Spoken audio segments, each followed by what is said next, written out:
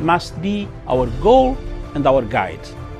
And all that we strive for as a human family, dignity and hope, progress and prosperity, depends on peace. But peace depends on us.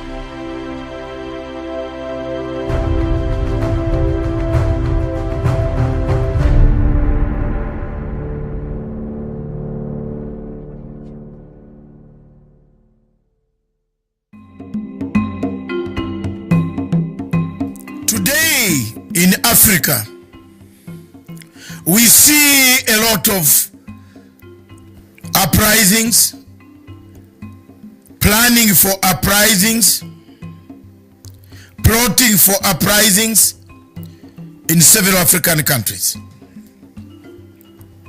The events on the African continent, therefore, as predicted much earlier myself, in 2017, I said before 2020, 13 African countries would have undergone either soft regime change, soft coups, or violent regime change through uprising, which now seem to be real.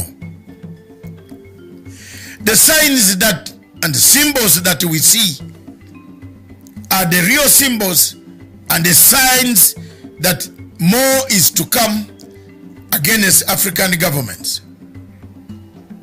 What do we do then? There is a new method of changing governments strategically placed in the United States of America by George Soros. George Soros funds civil societies, civil disobedience, civil violence in Africa. It is upon you Africans and African heads of state, wherever you were, as you plan to convene next month or before the end of this month in Addis Ababa, to understand the magnitude of this regime change strategy. Many wars are taking place, internal strife, conflicts like the one in Cameroon, Amazonia, like the one in Biafra, Boko Haram, and then in Biafra, like the one in Libya. But the theme is the same. Regime change, uprising.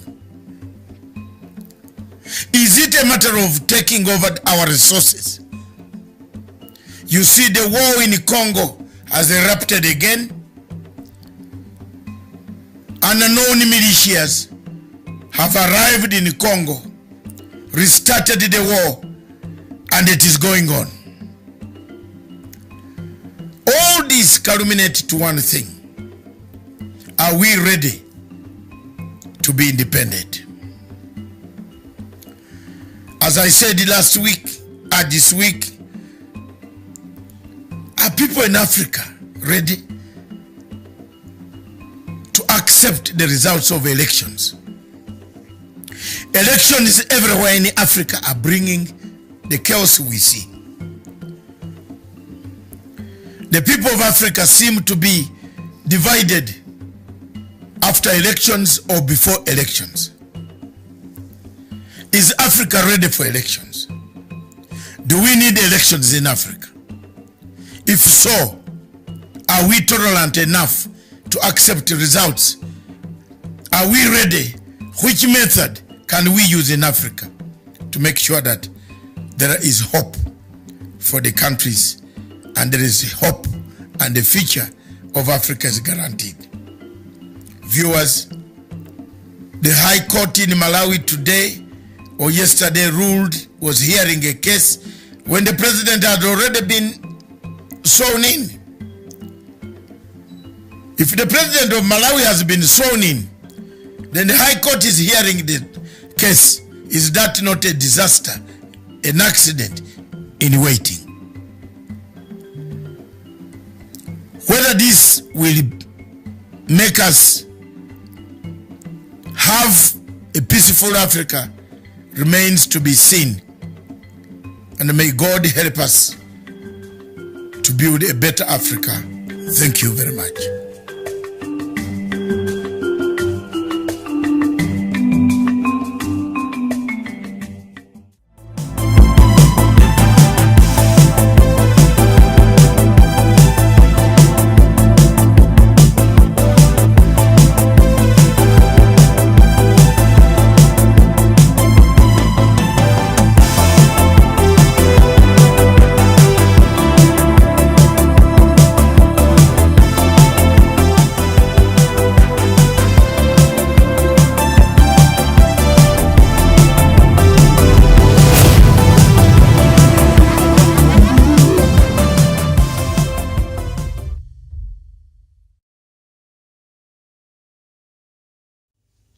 Very good afternoon to you, and thank you for joining us. This is Africa Showdown, where we get to look at the topics and stories from across Africa that are right now trending or are of the latest concern. So thank you for joining us. My name is Miriam Ogutu, and we're coming to you all the way from Kenya's capital here in Nairobi. And on the panel today, I'm joined by Daniel Wesonga. Daniel, a very good afternoon to you. Yes, very good afternoon, Miriam Ogutu at our headquarters in Nairobi. Our viewers in Kenya, Africa, and the rest of the world, good afternoon, morning, good evening, depending from where they are watching us from. All right, very well. And we're also joined by Douglas Kirimi from Meru. Douglas, good afternoon. Good afternoon to you, Miriam, and our crew in Nairobi, and also to our friends across Africa and also the world. And good afternoon to my friend, Jevan Karanja, and also my good friend Sean Wesonga in Nairobi. All right, very well. And also we have Jevan Karanja from UK. Jevan, good afternoon. Good afternoon to you, Miriam. Good afternoon to our viewers, wherever they are watching us from. And good afternoon to my co-panelists, Daniel Wesonga and Douglas Kiremi. Thank you. All right, very well, and I welcome all of you in the show this afternoon. And our viewers, you can comment on this, the comment section there, and I shall be going through some of your comments as we continue with the show. So we'll just get into it. And the headlines on the Sunday Standard this afternoon: Raila's high-stakes fight for Mount Kenya. 2022 political arithmetic. ODM boss seeks to entrench the handshake dividend with Uhuru's backyard through a series of carefully designed meetings with elders, select groups. So that story is on page 4. I think we watched the news yesterday. One of the elders from central Kenya said they had gone to see a fellow elder who had not been feeling well for quite a while, so they went to check on him. So that is matters elders. I don't know if I want to get into the politics of it, so let's just leave that alone, and we go to another story on the side there, page 5 of the Sunday Standard, and it says Ruto now says BBI could still work for him in 2022 election, and here they call him Mr. Lukewarm. A deputy president tells allies not to lose sleep over passage of proposed law, saying it could work for him. So the story is on page 5. Since we're talking about the BBI, let's see there what DP said. So Deputy President William Ruto has told his supporters not to lose sleep over the outcome of the Building Bridges Initiative referendum, saying either way it will work for him. Do not let the Building Bridges Initiative scare you. There is no loss on BBI. If it passes, it is okay. If it fails, it is okay. Why? It is the same. I'm prepared for everything, he told residents of Sironoi in Chesumei constituency, Nandi County. Ruto said if the proposed constitutional changes go through, he has many allies who will be given the additional positions. So at the end of the day, and I think perhaps this is what perhaps even some Kenyans could be raising some issue with, because the same thing DP Ruto, and we talked about it last week, kept having a problem with in regards to the BBI was the fact that he felt it was creating a position for a few individuals, and that it was not meant to benefit the rest of Kenyans. But now we see this is the same drive that he has, because the BBI has created some positions. So in that case, he's set to to benefit. And I don't know how you look at that. I'll start with you, Javen. Okay, thank you very much, Miriam, for that candid question that you have asked this afternoon. And before I make a comment on that issue, And you talked of the elders from Mount Kenya region who visited Bondo and those areas of Lakeside. And on Friday, they were also in Mount Kenya in a place called Shaka. It's just some kilometers from where I am. And they had a good time. And Miriam, that is the kind of handshake. It has brought that kind of relationship between the Mount Kenya and the Lakeside people. You know, we have been having this political animosity for quite a period of time. But now it's like the dust is settling and things are moving on well. And that is the kind of nation that we want to build, not only between Kikuyus and the Luos, but across the entire country. And I see the momentum is taking shape. And you also see what is happening around the country. People now are starting to embrace a national conversation rather than tribal and regional conversation. And on the issue of the deputy president supporting the BBI simply because of the positions, that is the hypocrisy that you have been talking about. But now he has come out to prove what you have been saying, that he is the one who was fighting positions. But now he is telling his supporters that the same positions he can use as a campaign tool, because it will be easy to divide those positions across different regions as he takes his votes. Therefore, that shows that he also embraces the culture that you are talking about of inclusivity, because he, from what he is saying, he is simply saying that he will bring Kenyans on board through that mechanism of expanded executive, and the other communities will feel part and parcel of his government if he happens to form it in 2022.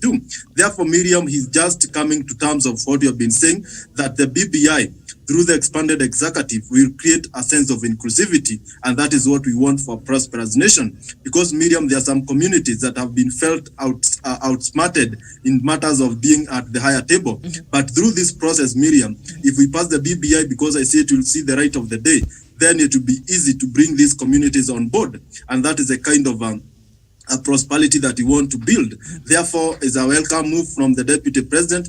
But Miriam, he has been opposing it. Therefore, he should also tell us why he has been painting the BBI on bad image when it seems to benefit him. He supports it. Therefore, Miriam, that says that the hustlers agenda that he has been talking about is a fallacy, is something that does not hold any water, and he is there for his own political interest. He does not present or stand for the interest of the downtrodden in the society. Mm-hmm. He is just there for his own personal gain, not the gain of the majority that he calls hustlers. Therefore, that has come out in the light. And I would ask all Kenyans who see this, that if you have been calling yourself a hustler because you identify yourself with the deputy president, sorry for you. Look for alternative means of having somebody to champion for your rights, because the deputy president has moved on. He is no longer in that narrative. He is on the narrative of dividing positions. Mm-hmm. And that is who he is. And that is the kind of a direction that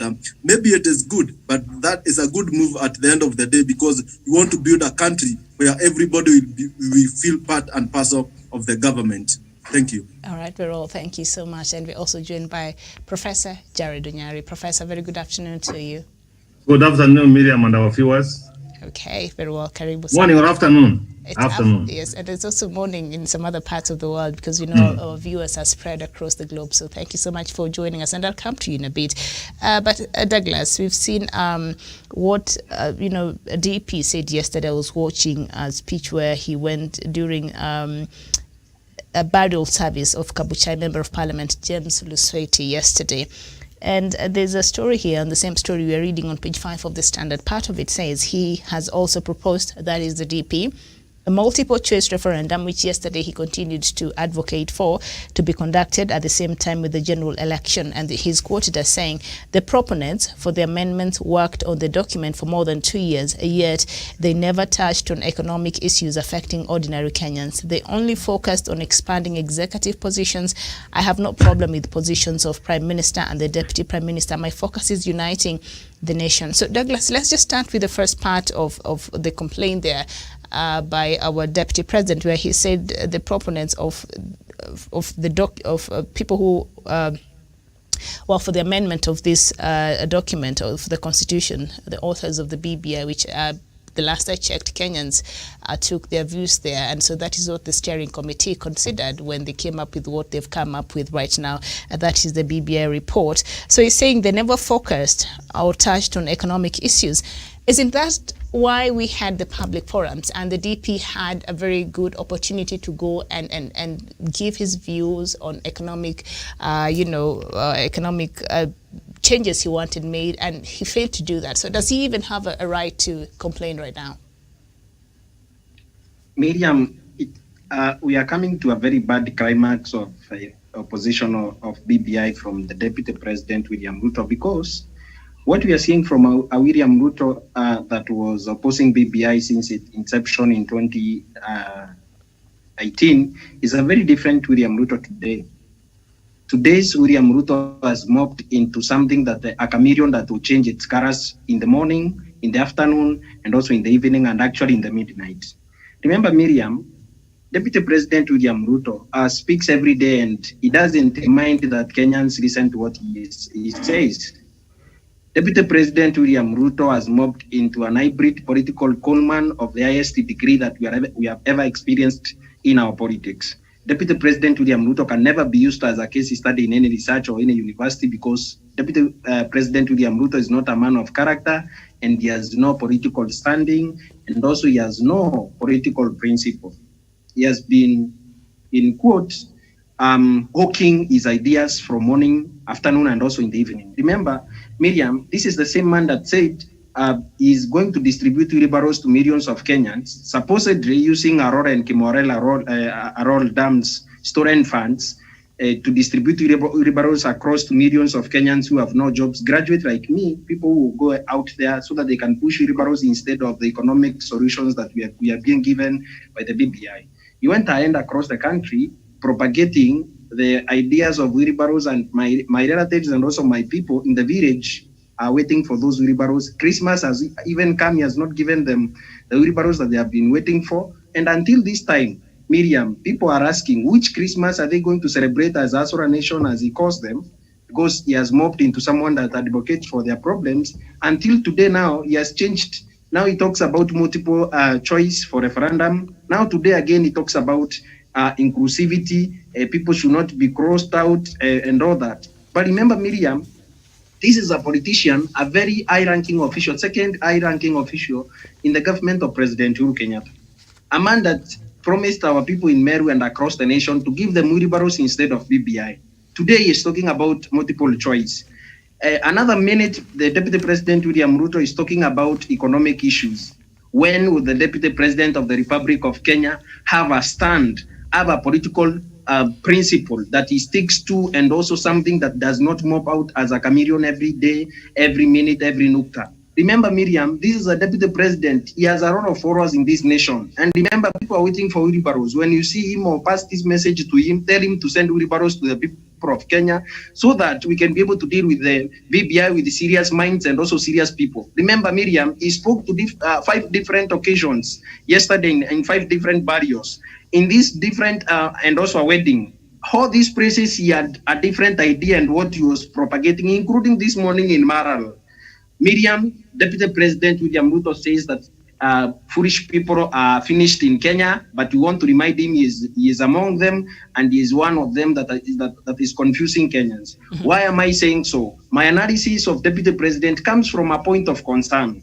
Because this is a high-ranking official of Jubilee government, he behaves like someone who is an outsider and someone who is in opposition. One minute he is promising wheelbarrow, the next minute he is promising Kenyans this BBI is not going to happen until we have a multiple choice. The next minute he is talking about economic issues. Miriam, at what point will Deputy President William Ruto support BBI without his theatrics and drama that he is showing us at the political scene, without him showing us the drama that he is about to show us? Because every day, actually every day, including what he's going to tweet tonight, is very different from what he said in Maral today in the morning.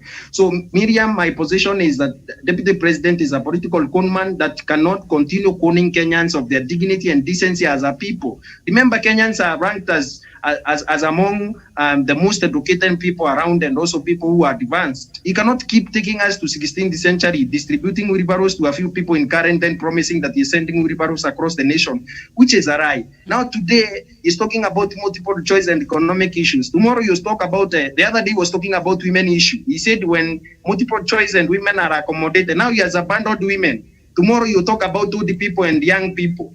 The next day you talk about retired presidents and military generals to be included in BBI. Okay. Miriam, at this point in time, as a patriotic Kenyan, as a right-minded Kenya who thinks well for his fatherland, I think Deputy President William Ruto is only occupied with his ambition to be president and nothing else. He has no tangible thing for over that years that he has spent in politics to offer Kenyans, and I have no kind words for that man. All right, very well. Thank you so much. Now, Daniel, Deputy President coming out and saying the proponents for the amendment of this document. Each one of them is his boss there, President Uhuru Kenyatta, who is the first supporter, and he's the founder of this BBI process. And he's saying these people who worked on this document did not consider a lot of economic issues that are affecting ordinary Kenyans. But then, you know, Kenyans would want to know, Deputy President, that is why they had these public forums, and you were supposed to submit your opinions. You're supposed to submit what you thought could be included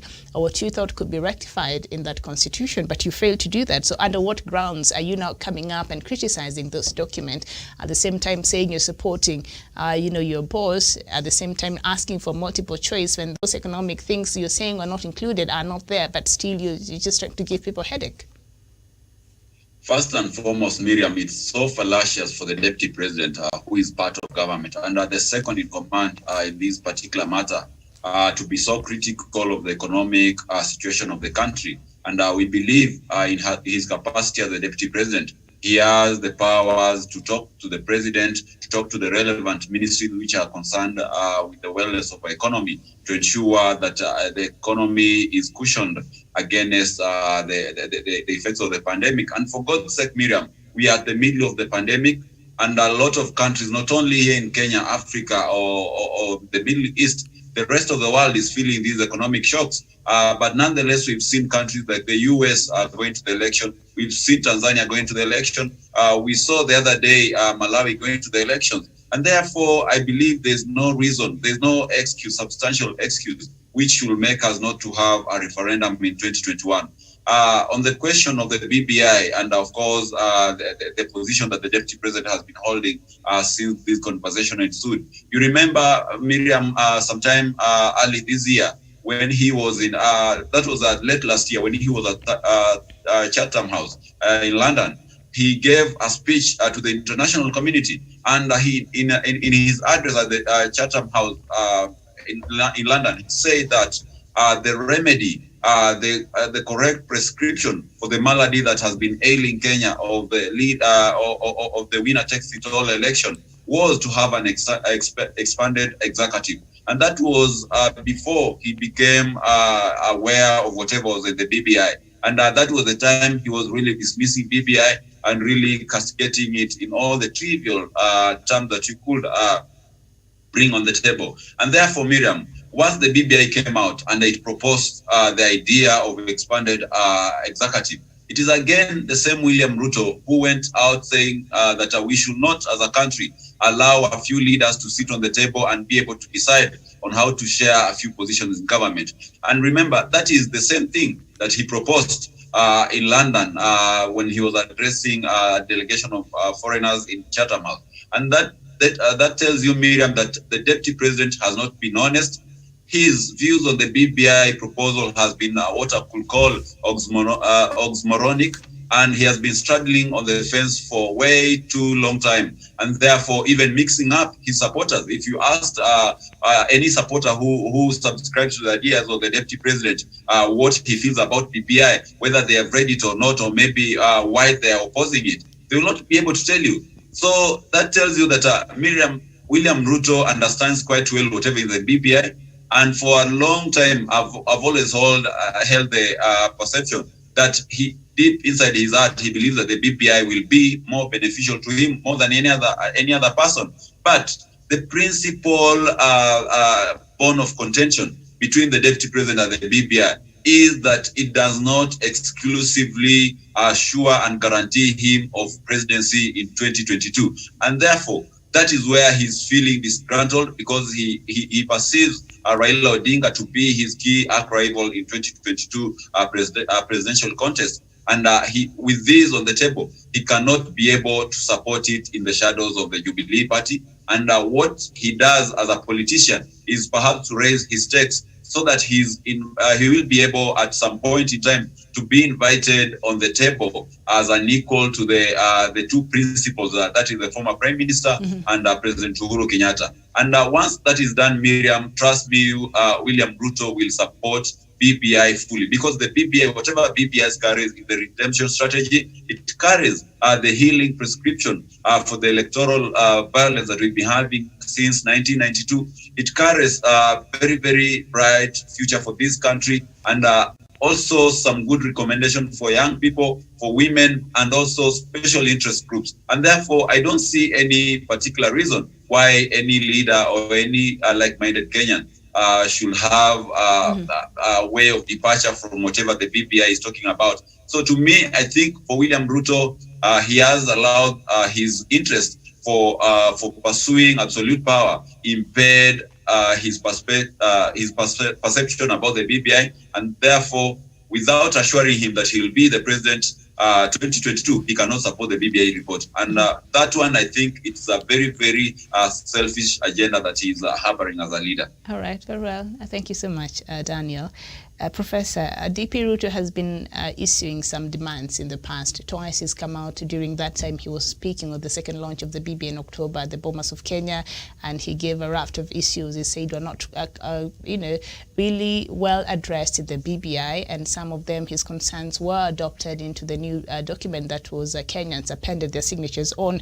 And then later on, after meeting the members of parliament allied to him, they came out with 5 what they called irreducible minimums, and when you read through all of those demands, nothing in there touched about the economic situation and issues affecting ordinary Kenyans. So yesterday he comes up with, now this BBI is not touching on the economic, issues, affecting the ordinary citizens. That is, does he have even a right to complain about that while he did not take his time to go and, give some of his solutions or some of his opinions or some of his ideas on how we can, better our economic issues that are affecting the ordinary Kenyans?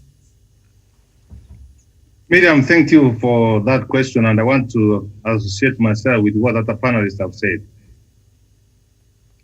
Having said that, Miriam, see where we are with BBI. Did William Ruto, Dr. William Ruto, give his views to the steering committee, BBI? Did he? He did not. I saw other leaders, including myself, signing the signature, giving my signature, so that the referendum will be convened. Did he give his? Did he? I need to be reminded so that I know where it's coming. Let me just say this and differ with a little bit with my fellow panelists. William Ruto is not supporting BBI. All those demands he's saying, let us put this kind of signatures, that is the person who is living in denial. That is the person who is not ready to support the document. Miriam, the deputy president, is a Kenyan. If he thinks other Kenyans are not doing Miriam, who stops him from telling Kenyans, carrying them civic education Miriam, to tell them what the document is talking all about? Civic education is not a preservative of a few people in this country. You can do it. We do it here. We tell Kenyans what to do. Mm-hmm. And what is this business of just going to people's funerals when people are mourning and then you start telling them about BBI? You can convene other meetings, Miriam, and then you can be able to address. You can come to Punchline Africa or anything else you go. You don't go to where people have lost their loved one and then you start telling them politics. This is where some of our leaders are losing manners. Mm-hmm. Miriam, you have lost your dad, you have lost your dear ones, you have lost your brother, you have lost your sister, and then someone is coming to tell you something which does not add up. He's talking about economic and whatnot, Miriam. I want you to write a question in Google. Who is the most corrupt person in Kenya? You have Google, just go, you have smartphone, you will see who comes first. The answer you get, the Kenyan deputy president is seen as the most corrupt leader in the survey. And the 1 in every 3 Kenyans perceive the deputy president for the Republic of Kenya to be the most corrupt. Where has he gotten this audacity to lectures on about economic development of this country? Where has he gotten the audacity to tell us about the economy of this country? Miriam, as we speak here now, Kimarar and Aror Dam money, where is it? Why has he not taken time? He talks about corruption, Miriam. It was the order said more than 21 billion money has been lost, Kenyan shillings has been lost. He already said 7 billion as if it is not money. So Miriam, this is the person who belongs to jail so that he can get reformed, not to come and tell us about corruption. You don't give fees, you don't give your signatures, don't you keep quiet and we organize you. In any event, we have organized you. Wacha tumpange. What is his ideology? Miriam, for the rest of my life and other Kenyans, and I can see Douglas and Wesonga and Chavan doing this one. We have been part of the struggle to make Kenya a better society. Tell me, any of the panelists, what is the ideology of the Deputy President of the Republic of Kenya? Has he been part of the struggle in this country? Miriam, for those of us who have been in the struggle, who live the struggle, and who will die in the struggle, let this man allow us to organize him and create a position for him. We don't talk about 2022. We are in the midst of the pandemic.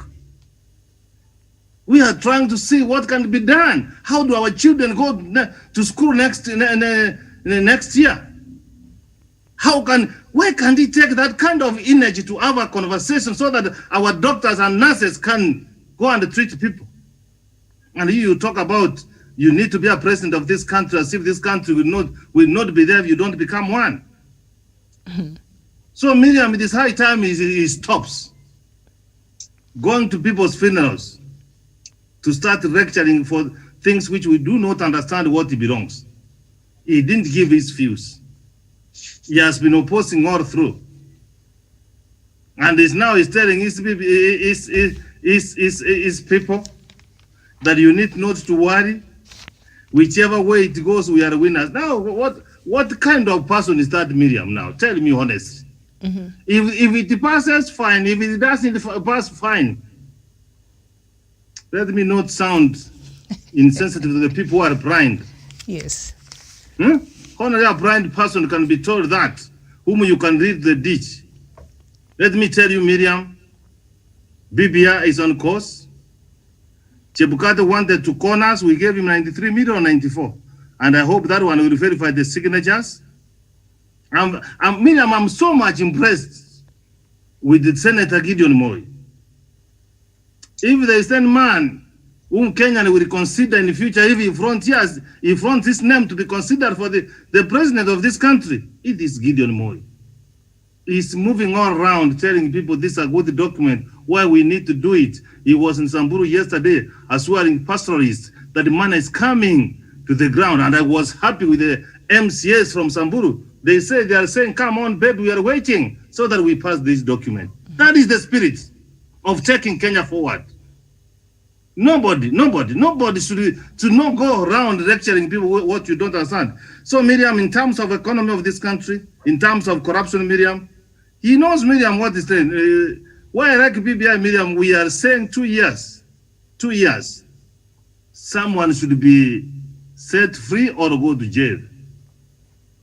And why we need to be very serious, Kenyan, and I want Kenyans not to have a memory like the one of Awathog. It's an animal which I detest. It forgets within a few seconds. Miriam, we need to change the constitution. You know, the honorable MB from Wesonga side, what is his name, Waruke? Yes. Does he come from your neighboring constituents? Imagine Kenyans, we have forgotten Miriam. He went and put the bond, and then he's coming out, and the case is not going on. When you put a bid, the case has been accepted, Miriam, be given a week so that the case is heard. Then we release you. That's why BBI is saying that this economic crime cases, Miriam, should not go beyond 2 years. And that's why the deputy president and the East Tanga lieutenants, who are people who have been involved, who have been mentioned to be corrupt in this country, that's why they don't want the document. And at the same time, that you not just go around. That is talking about 2022. He's talking about corruption because PBI properly addresses corruption cases. Say 2 years, we are done with you. We say the allegations which have been put before you, they don't stand. Go home. We compensate you. So it will be very serious, so that then case of economic crime are put before, and Kenyans should be properly investigated to be watertight. So Miriam, that is why some of the people are having butterfly in their stomachs because of corruption. Because we are saying 2 years, we are with you. You are doing some work in the committee, or we have returned our money. I submit, Miriam. All right, very well. Thank you, Professor. And the referendum, he said, will also give him an opportunity to build alliances with other leaders in the country. Okay, so he's just having a just different. How does that one help the Hasra nation? The people, how does he help the people who are down? Tell me surely. Honestly now.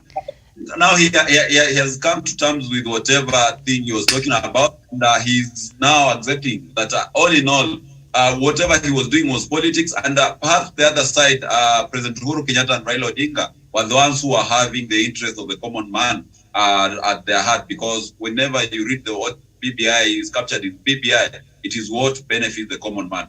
I agree with Professor. All right, so this is what he also continued to say before we conclude this matter and get into our next topic. I heard that those who collected signatures from the people are also calling for a referendum to be held soon. How can Kenyans make informed decisions to support the document without reading the content he posed? He said sufficient copies of the document should be available to Kenyans to enable them to make informed decisions on reforms they want. And Ruto said the Jubilee projects under the Big Four agenda have been delayed and resources diverted to the referendum, but he still pushed for the implementation of all development projects before 2022. And we sit here a lot of times as we try to track down President Uhuru Kenyatta's legacy and the Big Four agenda and what the government has so far been able to do, the government that Ruto is part of. But now he's coming out and saying the monies that were supposed to go to, the Big Four agenda have been diverted into the referendum. And so he is quite concerned about, I guess, President Uhuru Kenyatta's legacy. Zeven, how do you respond to that? Thank you, Miriam. And that is hypocritical for the Deputy President to say that all the monies that were set for the Big Four agenda and for the Jubilee campaign agenda has been diverted to for the BBI. Miriam, for the last 2 years that we have been having the BBI discussions, is the time that we have seen the country under constructions. We have seen roads being built every corner of this nation. Therefore, that is a broad daylight lie. Because Miriam, when you go around, even where I am, I know I can mention 1 or 2, 3 roads that are under construction. We have seen the renovated meter gauge railway all the way from Nairobi to Nanyuki that is under operation. And today allowed 10:30 a.m. It took off to Nairobi. Therefore, I don't agree with the Deputy President that the Big Four agenda is at a standstill. It is in operation, is work in progress. We have seen even what NMS is doing in Nairobi.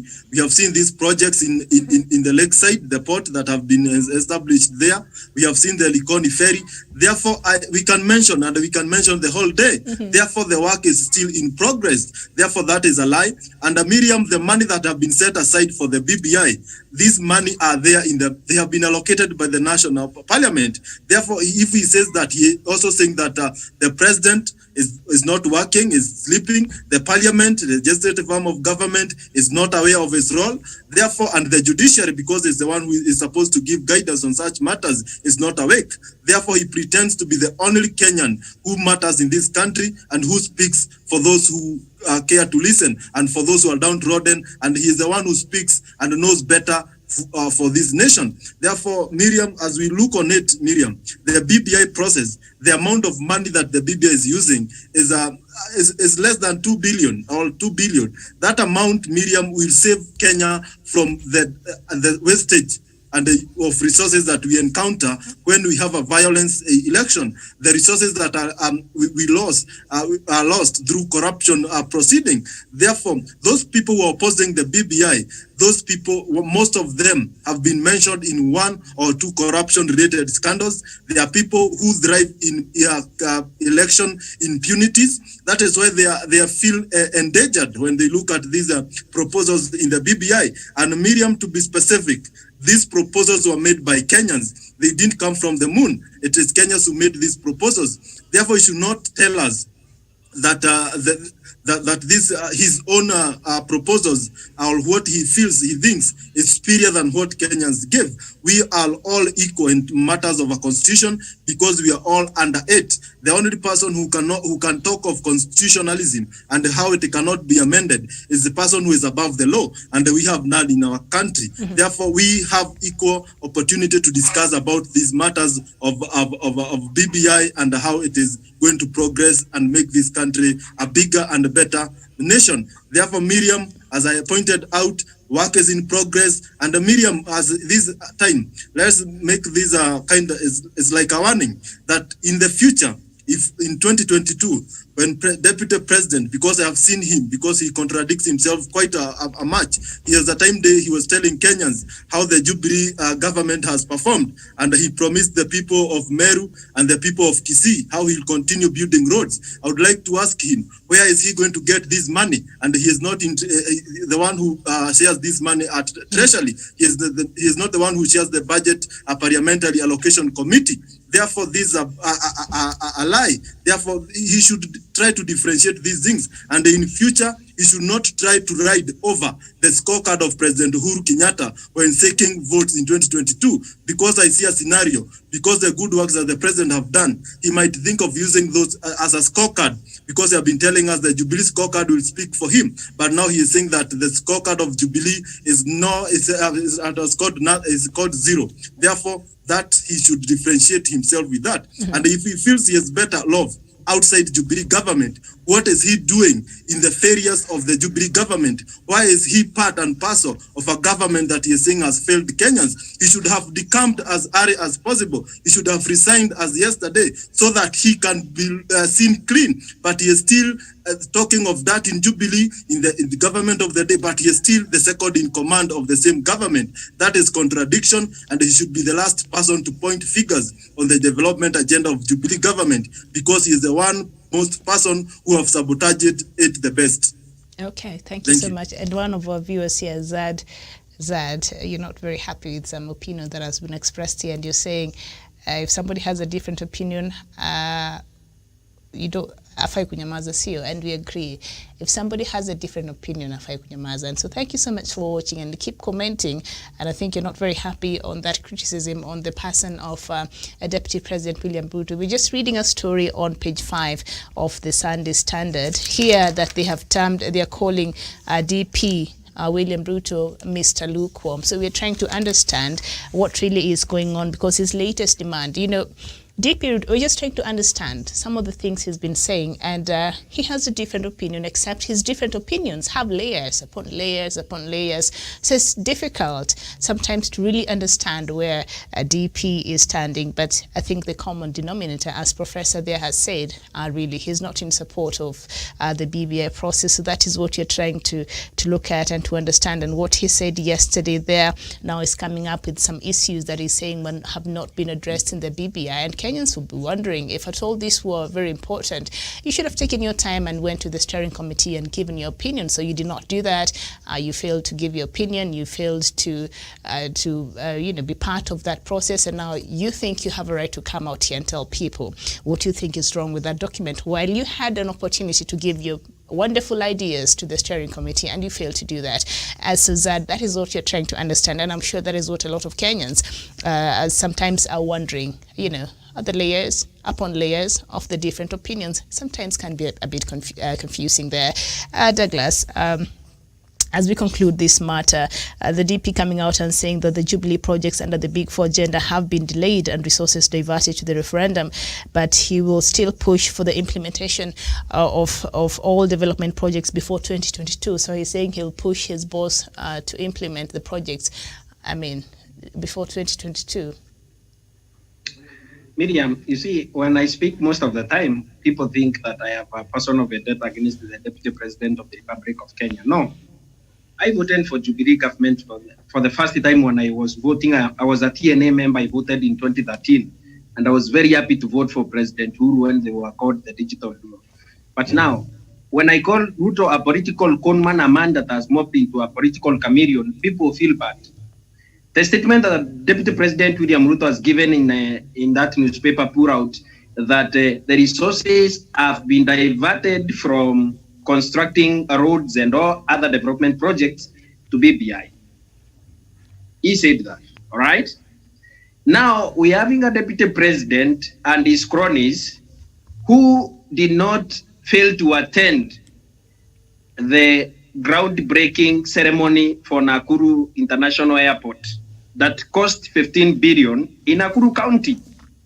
When these people went there, they spoke to the people of Nakuru in very nice terms and also telling them the way that development is going to help them and also catapult Nakuru into a world-class economy and also a world-class city. Deputy President William Ruto did not say in that newspaper put out, except that my people who are also in Tangatanga, who are opposing President Uhuru Kenyatta, are taking credits of some of these national government projects. We've seen President Uhuru Kenyatta intervene in Nairobi County and transform NMS through NMS. We've seen development roll out in Nairobi. Through national government, we have seen President Uhuru Kenyatta constructing the Nairobi Expressway. We didn't have the Minister for Roads or Information, for that matter, come out with a clear statement saying, and now the road from JKIA to James Geshoro has to terminate because BBI has taken the funds. Actually, it is forming and also taking shape. Namata is building its road from, I think, Roiro to Nairobi. They did groundbreaking yesterday. They started yesterday, I think yesterday or the other day. We were never told that money was diverted into something else. The people of Rikoni, and the latest case that we had at Rikoni channel was the Miriam Kigenda issue and the baby who drowned into the channel. The Indian Ocean, yes. And we were never told, yes, the money for constructing the floating bridge, actually the second of its kind in Africa. We have the statistics. We were never told that money was taken and also diverted into BPI. The fishing point in Mombasa that has been constructed by President Uhuru Kenyatta's government, we were never told that money has been diverted into something else. Kirubia Stadium in Chuka is almost complete. I have the pictures and I pass there when I'm going home. We were never told that money was diverted to fund BPI activities in Meru County. Kinoru Stadium is a shining hope and also a shining example, a pillar of strength and also our pride as a people, has been constructed through President Uhuru Kenyatta's government. We were never told that money was taken and diverted into BBI. The money that was used to rehabilitate the rail from Nairobi, Thika to Nanyuki, we were never told. The one that Jeven talked about was diverted using the same money. Today, Nairobi to Kisumu rail is under rehabilitation through KDF and NYS. We were never told that money was diverted to do BBI. It is ongoing. There is a road that leads to Mall Common Home from Eldoret town to so many kilometers. From Eldoret town to El Bubut, where they have grabbed the forest with their family. That road has been constructed using government funds by Jubilee government. We were never told that money for the last 2 years has been used to be able to fund BBI. 63 billion was availed for Kimwarel and Arol dams to be able to construct dams for the people of Kimwarel, where former CS for Treasury Rotich comes from. We were never told that money was taken to BBI. overall. And What by the way, happened is William Ruto and his by the way, friends. Douglas, before you continue, that was under food security, because they thought if there's water, then people can use it to irrigate and do all that. So that dam was under food security. So that was on course until corruption happened. Go ahead. The big four agenda that he's talking about actually he scattered it when he stole that money. And when he asked, this year he said 21 billion has been stolen. William Ruto went on a clip that you can even play now. It's in the public domain and said it's only 7 billion, as if 7 billion, like Professor says, is 7 shillings. William Ruto is a blatant, corrupt, branded thief who has stolen from the people of Kimoret and the people of Kenya. He has stolen our decency and character and moral authority to question his dirty past, especially in this Jubilee administration, when William Ruto has been stealing from the same big four agenda programs and he's talking about restored projects. Miriam, the roads that have been constructed in the Raka constituency, where I have a small farm that I bought with my own funds, have been constructed where BBI is ongoing. We have never been told that that money has been diverted to do BBI. Miriam, today we have about 7 bus terminals in Nairobi City County that have been constructed through the help of national government. We are never told that money has gone to BBI, and we have never been told that the people in the slums of Nairobi cannot receive water because the money has been taken over by BBI. Miriam, in Ukambani, and I think it's in between Makueni and the Machakos County or Kitui County, there is Wake Dam that is being constructed now, and also the river dam that is being constructed, multi-billion dam in River, in Kirinyaga County. There's Ruringo Stadium that under an issue of title deed, but it's being constructed in Nyeri. There is no diversion of public funds. What I want to say to the viewer that said, Miriam, about us criticizing the Deputy President, we are criticizing Deputy President William Ruto because he has morphed into an hybrid political conman who can con Kenyans with something that they can be able to see. Bishop Kamara of Rurambi constituency, when William Ruto wrote that government has been able to construct a road, called Deputy President in Parliament. He said William Ruto is a political conman. The bishop today went. All right, Douglas. Thank you so much. As we wait for him to, I think he's almost done with his thoughts there. Daniel, come on in. Yes, Miriam, I think the Deputy President is being sanctimonious and dishonest. And of course, as Professor said, in this country, if you ask any Tom, Dick and Harry, who is the most corrupt individual in this country, it is an open book. It's an open secret that the Deputy President has had a lot of corruption scandals falling before his office's doorstep more than any other politician. When you look, Douglas has mentioned about Kimorer and the road dam scandals. We lost 63 billion shillings in money, which was meant to construct dams, which were supposedly to ensure that we had irrigation to have a very veritable food security in that particular region. And also the dams, Miriam, they were there as a mitigation to the frequent landslide that we used to have and floods we used to have in the Elgeyo-Marakwet region. And because the dams were not constructed, early this year we had a lot of people perishing when we had the rains. Also, Miriam, look at the Deputy President's allies.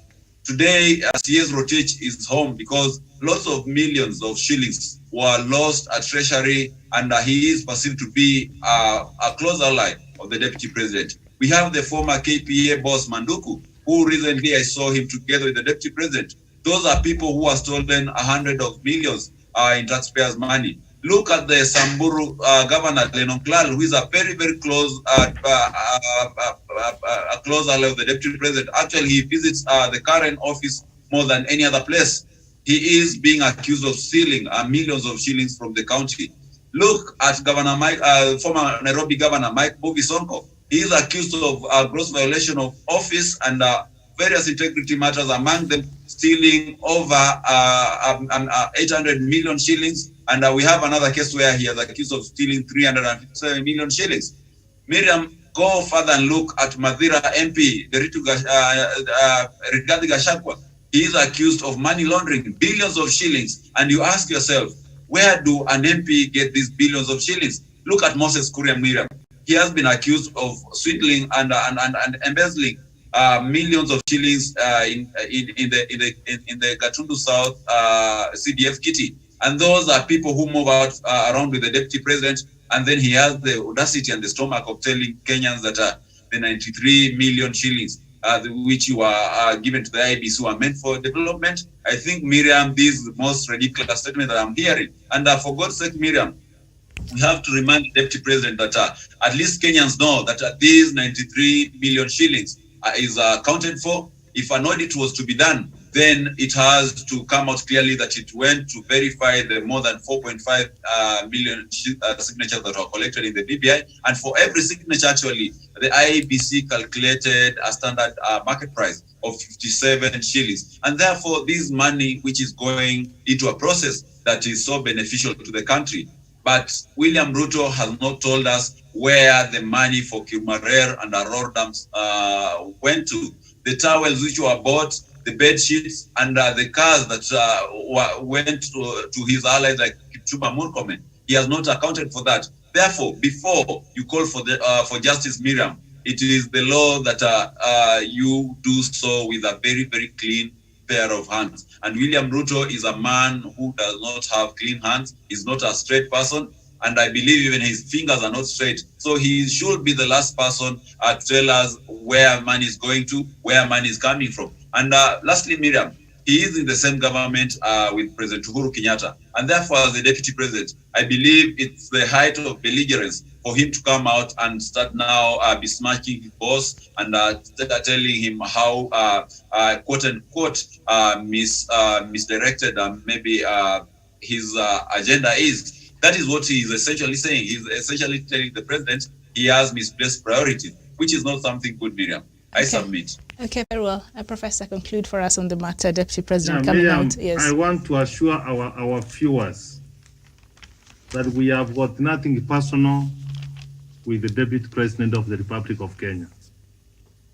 We did not invite him to go to the funerals to make all the... We are only giving our views to the statement he made. I didn't know he had 5 events. We may be right or we may be wrong. We are entitled to that, and he's entitled to his opinion. We have got a right to rebuttal what he says.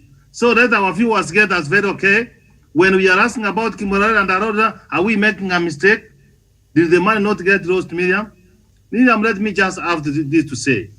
Because when you talk about development, that is my area of expertise, Miriam. I say, Miriam, peace is development. And development is peace. There will never, never, ever be development if there is no peace. Because development, Miriam, is a process that creates growth, that improves the quality of life of the people by providing for them roads. You cannot build roads when there is anarchy. You cannot build hospitals and schools when there is no peace, Miriam. You cannot go to the farm to farm, Miriam, when there is chaos, when there is hostility, when there is animosity among the people of the Republic of Kenya. So if someone thinks, Miriam, that democracy and peace is expensive, then try anarchy, try war. Miriam, I have not seen Kenyans dying, even the roads which have not been constructed since independence up to now. Kenyans dying because there are no roads.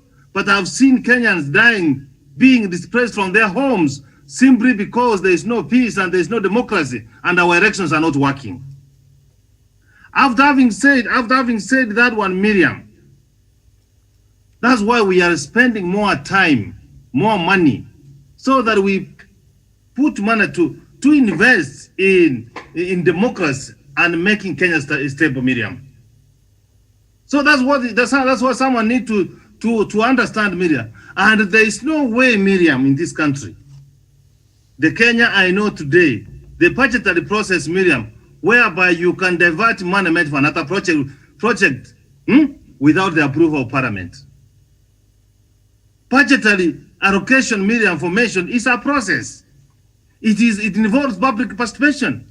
The Kenyans, we know that the money we allocated, Miriam, will be able to do this.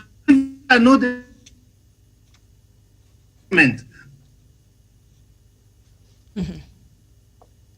this country. All right, very well. So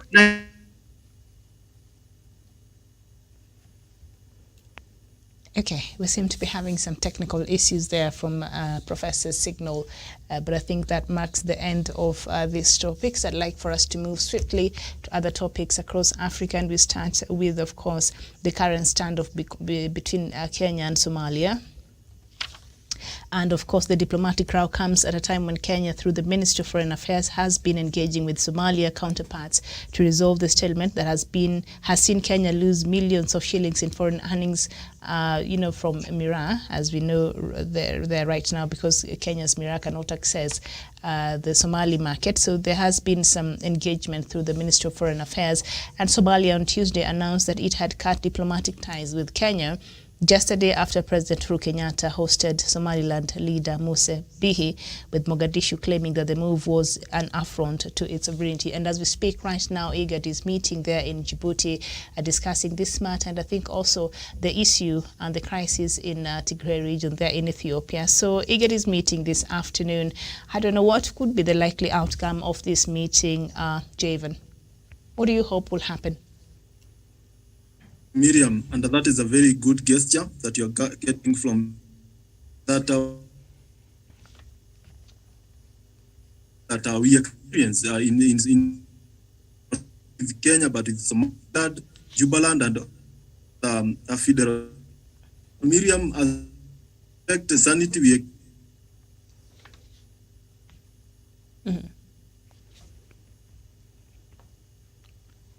Very well. We seem to be having a problem also from Jevan Karanja there. Your signal is not very good, so perhaps, Daniel, you can come in, and when they've been rectified from this part, they can continue with their thoughts as IGAD is meeting this afternoon discussing this tiff between Kenya and Somalia. What is the likely outcome of this meeting? Yes, Miriam, and I think this is a very, very good show. I believe that it paints a picture where we see some hope at the end of the horizon for the member state of the East African community. And of course, this television station has been always of the Pan-African ideology, and the East African integration is what we should aim at as a country, as a region, because once we come together, there is strength in numbers, Miriam. And therefore, I believe that a positive outcome will come out of this particular meeting. However, it should not also evade our conscience and our thoughts that we do have other countries which are instigating some kind of dissidence and some kind of conflict between various countries in the Eastern African region. And therefore, the leaders, when they go to the talking table, let them be bold about these issues. Let them bring out matters which are causing conflict between various member states. And therefore, once we form such an honest basis for discussion, we shall be able to root out some of the matters that are making us not have a very, very united front in terms of East African integration and the wider Eastern African integration, because I believe we have Ethiopia, we have Djibouti, we have Eritrea, we have South Sudan, Uganda, Tanzania, and all those other countries, Rwanda, Burundi. So we have to do this talk on a very bold platform, and we have to call a spade, not a big spoon. So that is what I believe in, and I believe that soon enough we're going to have a consensus. We're going to have working terms and good relations between not only between Kenya and Somalia, but Ethiopia and Egypt and all these other countries that are in the Horn of Africa. Mm-hmm. That is my expectation, Miriam, as the meeting goes on. All right. And you, Douglas, what is likely to be the outcome of this meeting? Are we likely to see Somalia come down on its, on the move that it took to cut diplomatic ties with Kenya? Are we likely to see that change after the meeting? Yes, I had a different opinion that I won't share, but after seeing the picture of President Uhuru Kenyatta on one side with Abiy Ahmed on the other side, the picture of Somali President Farmajo, I know that from this meeting, Somalia is going to issue a statement, and they are going to de-escalate and also make sure that we continue as brothers, and we've been good to them. And at this time, Farmajo should not take advantage of his the election campaign and also keep invoking nationalism in in Somalia for him to be elected. At this point, I think President Uhuru Kenyatta has come out as a very strong ally for the region and also as a very smart diplomat who is going to make sure that our tiff with Somalia is de-escalated and also make sure that the people of Somalia and the people of Kenya continue with their good relationship without the funny things that we are hearing from Mogadishu. So this is my take that from today's meeting, the tiff is between Kenya and Somalia. It's going to de-escalate. All right, very well, Professor. What is your wish? Yeah, Miriam, you know this, that as a young man, when you bring your wife and you eat in your father's house and your mother's house, a year or 2 years like this, God gives you a son or a daughter becomes a grandchild to your mom. I'm using the rural analogy so that you can be able to understand this. When you see your sons has given your son and your daughter-in-law have given 2 grandchildren, Miriam, what you should do, you allow these people to go and start cooking in their house. Then you don't see a neighbor talking to her. When your son comes and say, Mom, I think now I should be allowed to start making food and taking care of my family, Miriam. You don't see him talking to a neighbor and then you start accusing that neighbor is the one who is meddling with the internal affairs of your home, of your family. It is black and white, Miriam, that Somaliland are asking for their self-determination. We just got nothing to do with Kenya. They have only said that, hey guys, we want our self-determination. And when now this Mogadishu sees Kenya talking to Somaliland, he thinks we are the instigators. Let me just put this one straight, Miriam, and then I go to... We should be... Remember, Miriam, we sit in the council committee.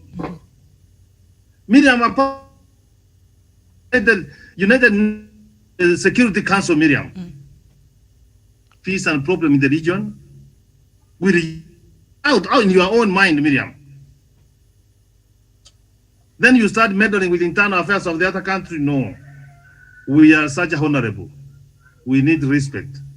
And I've always said, Miriam, that no matter what, whether or not, that will be our neighbors. All right, very well. Neighbors, we should not be neighbors who go to the but of peace and having a relationship. I made that, Miriam, I am a serious advocate of peace. And Chavan and Douglas and Daniel, conflict is good. Let nobody tell you that conflict is bad. Conflict is good and is part of us. So long as there is human beings living on earth, we have conflict with our children, with our spouses, with our brothers, with our neighbors. The only disaster is if we allow those conflicts to put us down. Now that leaders have come around and sat down, Miriam, they are able to see where things started going wrong. And Miriam, out of this, now that if they have come to the table, frontally and willingly, Miriam, I am seeing for them going to arrive at a solution because issues are solved around the table. You don't wake up as you were educating Douglas the other day that you don't talk to Nairobi at 1 a.m. when we are asleep. You talk to Nairobi when you are awake. So I'm happy, Miriam, now they have sat down, they have given dialogue a chance.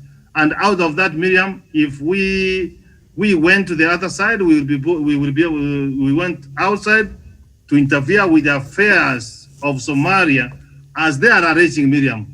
We will be told, and we are gentlemen enough, and the women, to say we are sorry. Miriam, I'm telling you, if the word sorry could have been applied, could have solved so many wars we have seen in the world. Right. And if he's going to find out that he accused Kenya wrongly, there is no harm, Miriam, of him saying, I'm sorry. There are so many of the Somalis, Miriam, brothers and sisters, who are living in this country and invested in this country, Miriam. And what Kenya has done, Miriam, we have never even tried to impose who becomes the president of Somalia. They have always decided on their own. That is who we are, and that's how we want to live with our neighbors. We have Miriam, who has never provoked Kenya. Miriam, let me tell you, thank God that we are having Uhuru Muigai Kenyatta. If it was the founding father of this nation, Jomo, some of the provocation which we have been seeing around Miriam, he could have not tolerated. Absolutely. He's one man who cannot tolerate any nonsense.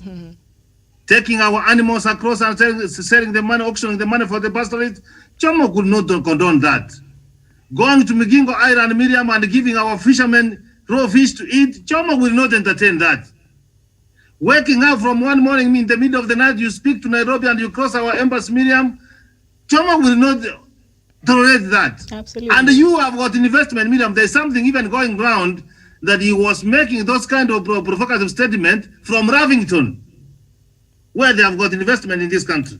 So, Miriam, I hope something good is going to come out of that meeting. And we try to continue living in harmonious relations with our brothers and sisters from across. Absolutely, and that is our prayer. Well, Javan, I don't know if you're back yet. You had a problem with your signal there. Thank you. Yes, go ahead. Thank you, Miriam. I'm here. Yes, go ahead. And I agree with the statements that I've made by my co-panelist, led by Professor Jared Onyari, that Kenya is a big country, and we are big brother to some of these countries in matters of development. And maybe one or two, three things might be envy with what we are doing as a nation. And what I wish that the IGAD meeting today produces good results that will ensure that we have stability in our community around East Africa. And that is our prayer, that we grow together and we start developing cooperation in terms of trade, development, and so on, so that we grow together as a region and as a community. And Miriam, we have seen a lot of dramas happening.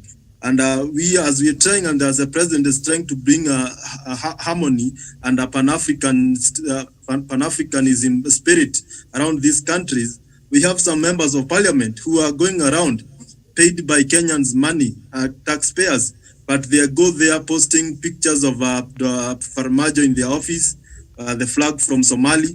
And Miriam, that member of parliament, Anab, it should be taken to Somalia where his loyalty is, so that we can settle some of these issues, because maybe those are some of the agents that are used by Farmajo to destabilize our issues here in the country, because you cannot be doing such when you are paid by Kenyan taxpayers.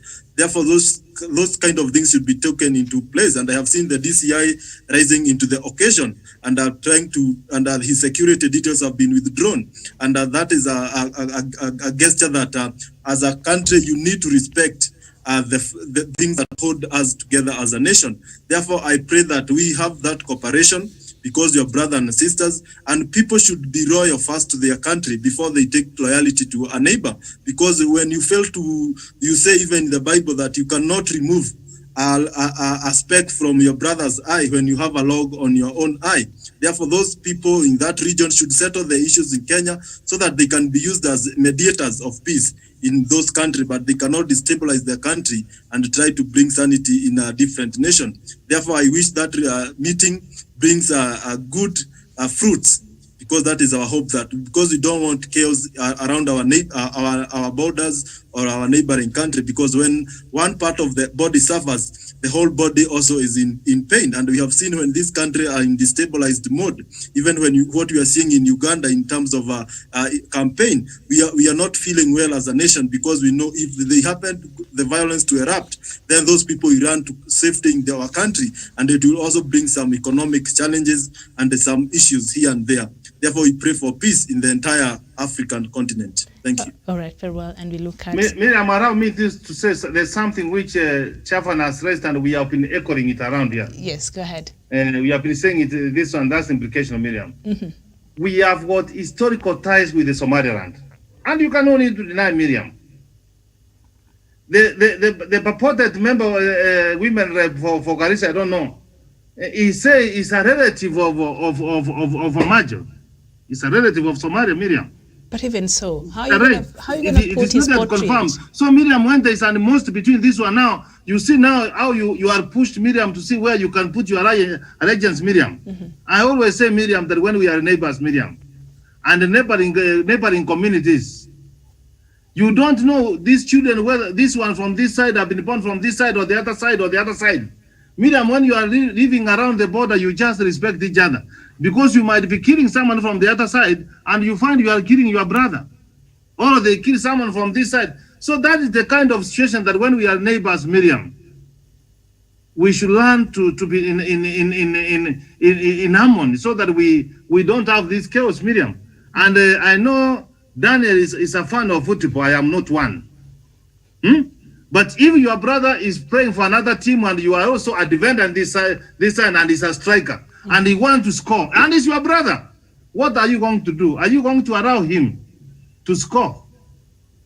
If you misses the ball, you don't miss the foot. That's what they say in football. So some of these members of parliament, Miriam, they are compared, Miriam, to practice patriotism, to be patriotic to this country, even if it is your brother from the other side. That's what I'm trying to say, Miriam. Because what that member of parliament, Miriam, if it is proved beyond reasonable doubt that this is what she has done, Miriam, that is treasonable. It is. Should be. It is. That is treasonable. And some of the people who are, they should be able to know the consequences, Miriam. You cannot talk to a family when we are not talking in the family. Miriam, for us to be positioned is very easy. So then that member of parliament should come to his senses if he listens to us and apologizes to the people of Kenya, and the matter will rest. Otherwise, that is treasonable. Yes, and Miriam, also we shall not forget the fact that the same county Garissa, the MP for Garissa Township, that is Honorable Aden Dual, the former majority leader, at one point after the terror attack we had at Dusit, he came out and said that he was willing to give out a list of terrorist financiers and the terrorists who have been giving this country sleeplessness in matters of security. But he has never come out to give that particular list. So these people, if indeed they say that they have relatives in Somalia, and we have been having a lot of atrocities and mayhem coming from Somalia, the best thing they should be doing, not to pose with a photo of the president of the Federal Republic of Somalia when you're having these difficult ties with Somalia, but rather they should be even helping our security agencies in bringing and smoking out these terror groups, the financiers, and any operative that has been working in cohorts with these terrorists to really bring mayhem to this country. I believe that is what patriotism calls for. And I agree with the professor, I agree with Jevan, that it was high act of treason for her to do such a thing, especially at this particular time. And to have the Somali's president's official portrait there in her official office, Douglas. Did you see the photo? Miriam, one thing that I can say about that is that I'm very sad about what the MP did. And remember, in the Republic of Kenya, I never expected Kenyans to come out strongly and also Kodema, especially those people from Tanga who always support something that is very evil when it targets the Republic of Kenya. Remember, yesterday I checked everywhere that picture was posted, and Kenyans came to defend their fatherland. Even people that I thought that will never talk about it, they spoke about it and said that is something that is very bad, and she's not even supposed to be deported to Somalia. They said that she should be hanged. And I was very shocked, Miriam. And I don't hold any contrary opinion from that. Miriam, the only thing we can do with this woman is that we need to be able to take her to Somalia, then she can contest it there, or take her to prison, or do something else to her. But Miriam, patriotism to fatherland is something that we cannot be able to take away from any. It is our sovereign right as a Kenyan. Whether you support William Ruto, whether you oppose him like I do, one thing we cannot be able to trade is our patriotism to motherland. It is our patriotism to our flag as a nation. Our symbol of independence and the sovereignty as a people should not be cast on stone in the favor of another country's flag and also another country's president, including those that don't like President Uhuru Kenyatta. Yesterday came out in droves and they said that this is very bad and they don't wish that woman should continue holding office. All I'm asking is if she's from ODM or Jubilee or any other party, they should whip her quickly so that we can have a by-election in Garissa and also be able to charge her in a court of law.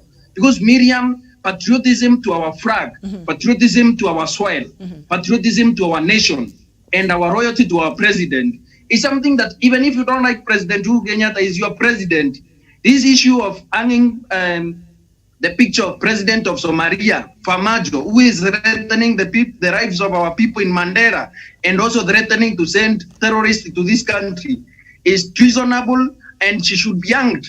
And if she's not going to be hanged, she should be sent to Somalia, because these Kenyans have agreed, Miriam, this is very evil. It is something that we cannot be able to condone. Patriotism to fatherland is something that we cannot be able to question, Miriam. And those are not my thoughts. Actually, God used those people to speak my mind. If I say that those are my opinion, people would say that I'm a very bigoted nationalist. No, Miriam. Those are views of millions of Kenyans who spoke yesterday, and they condemn her in the strongest possible terms possible, Miriam. Remember, in this country, Miriam, we are divided by so many things. But what brings us together, it is our flag. Absolutely. It is our sovereignty as a people. At this point, I'm asking if she's from ODM, please, Raila Odinga, Your Excellency, please do it back quickly and make sure she loses her seat so that we can be able to deport her to Somalia if we cannot be able to hang her. Thank you. And the audacity that she could even do that and share it on social media, and being that she is a political leader in this country, and she of course, she commands, a good, support from the people who elected her. I don't know what message perhaps she was trying to send. When I looked at a couple of images, that image when it was being shared across social media, I thought maybe it's just fake, maybe it's just Photoshop. But it appears to be that is what she shared. And why do you think she had the audacity to do that, Professor, even as we conclude on the show? Yeah, that's why I said, Miriam, it's not yet confirmed that whether the other side, most of our relatives on the other side, and that's what I've said. And indeed, we have what historical ties, Miriam. She will be fixed, Miriam. But what I saw her argument, advance is saying that even our security has been withdrawn simply because it belongs to Tanga wing. But Miriam, this is quite uncalled for. And on terms of what Douglas is saying, that I agree with him 100%, that you must be loyal to your country. You must show patriotism, Miriam. And if she feels that she's safe in Somalia, then we should take her where she belongs so that you can be loyal. In fact, Miriam, you see, I have so many flags here. But you can see the one, I have one for Kenya so that I'm patriotic. And with what I do with all the rest of the world. So I cannot be able to put all the flags of other countries, then I don't put the flag for Kenya. You must have that sense of patriotism, Miriam. And that's what makes us Kenyans, Miriam. So from that member of parliament, Miriam, that's very reckless. I gave you the analogy of football, Miriam. Even if your relative is from the other side, if he's going to score, he's not going to score, and you go home, you will take the trophy and you will get the money, and it's not going to share with you. So Miriam, let us protect our country, let us do things which makes us to be leaders of this country. And you can see the level of thinking, how the Tanga wing of movement thinks, Miriam, that you can do all those kind of shots and you get away with. I hope we have given our statement, and she should be asked, Miriam, to come and write a statement, and the due process of the law to be taken. And if she can take this opportunity, Miriam, she should come forward and say, it is unfortunate, it has happened, I'm sorry, I will never repeat again. Then we move on, and that's how we can be able to close that matter. Otherwise, it is treasonable and she can be prosecuted. All right, Professor. Miriam, yes. Miriam, just a moment. Remember, instead of this woman becoming remorseful and all that, she started talking about political intimidation and all that. As a country, Miriam, if Nairobi is bombed the way we were bombed in 2013, Westgate, the way Garissa University was bombed, Miriam, if Meru today, the headquarters of Meru are bombed today, Kisumu is bombed, every country, everywhere, the way Otieno Kajwang was saying is bomb. We cannot be able to live, we can no longer have a country. If we can be able to get rid of this one woman, Miriam, including sending her to Rangata prison, there is no problem. We can suspend her for 2 minutes. And remember, Miriam, patriotic to fatherland and to our soil, to our flag is paramount. Because Miriam, in this nation, ask Nairobians, they don't want any terrorist in town. Ask anyone, me from Meru. I don't profess himself from Nyamira. They don't want any terrorist bombings around. They don't want anything to do with that. And as a people, Miriam, remember, instead of apologizing, she has started now accusing the president and also the government of political intimidation and all that. We want to intimidate her as she's in Somalia, not here. She's lucky that she's also yes. When you look at the photos were taken with intention. She had an intention. That's what I was wondering, yes, Daniel. And I saw another comment you made on social media regarding the same, and I wondered, what was the intention? Because she knew obviously this is just wrong in all the levels you could think about.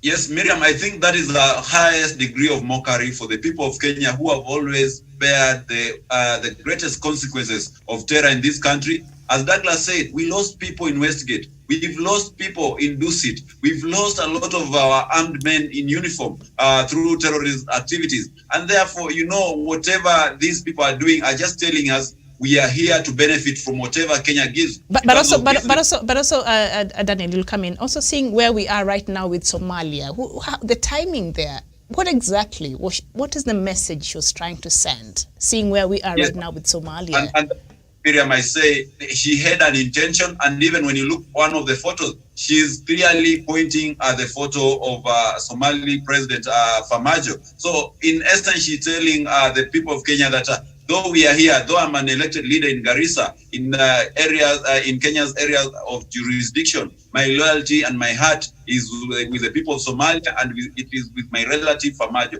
And that is, Miriam, is a betrayal of patriotism. It is the highest degree of impunity, and also it is a high treason act, Miriam. So I believe whatever measures the Kenyan government will take, let it be a precedence, let it set a record that are very clear that you cannot be in the Kenyan soil benefiting from the payment and the stipend that you get as a leader, and you have the audacity to betray our nationalism to a country which has not shown any gratitude, acts of gratitude for all the good things that Kenya has done to Somalia. All right, very well. Daniel Wesonga, thank you so much. Javan Karanja, thank you. Douglas Kirimi, thank you so much. And of course, Professor Jared Onyari, thank you so much. If you ask me, when it comes to matters of sovereignty and loyalty to a country, it should not be based on creed, it should not be based on race, it should not be based on anything else. You should be loyal to your country first. And if you're not able to do that, then we have a problem. This has been Africa Showdown. My name is Miriam Ogutu. Thank you so much for watching. We'll see you here tomorrow, 9 a.m., God willing, with the current affairs news making headlines across the continent of Africa. Bye-bye for now.